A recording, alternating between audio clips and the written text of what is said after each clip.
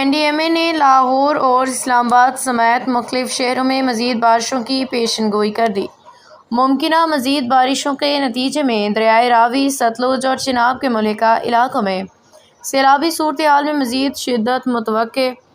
NDMA نے کل سے 2 ستمبر تک اسلام آباد سمیت ملک کے مختلف علاقوں میں بارشوں کی پیشن گوئی کر دی ہے۔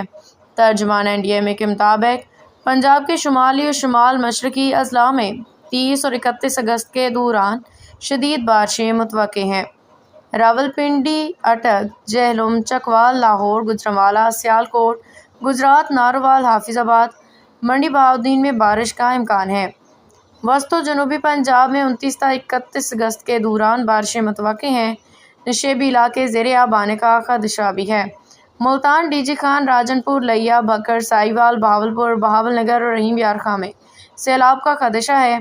خیبر پختونخوا میں کل سے شدید بارشیں، مالاکنڈ اور ہزارہ ڈویژن میں لینڈ سلائڈنگ کا خدشہ ہے۔ چترال، دیر، سوات، بنیر، مانسہرہ، ایبٹ آباد، پشاور، نوشہرہ، مردان، ڈی آئی خان، کوہاٹ اور بنوں میں بارش متوقع ہے۔ مظفر آباد، باغ، حویلی، کوٹلی، میرپور، بھمبر میں 29 اگست تا 2 ستمبر کے دوران شدید بارشیں متوقع ہیں۔ گلگت بلتستان میں بارشیں، لینڈ سلائڈنگ اور گلیشیائی جھیلوں کے پھٹنے کا خدشہ ہے۔ گلگت بلتستان کے اضلاع میں گلگت، سکردو، ہنزہ، دیامیر، استور، گزر اور گانچے شامل ہیں۔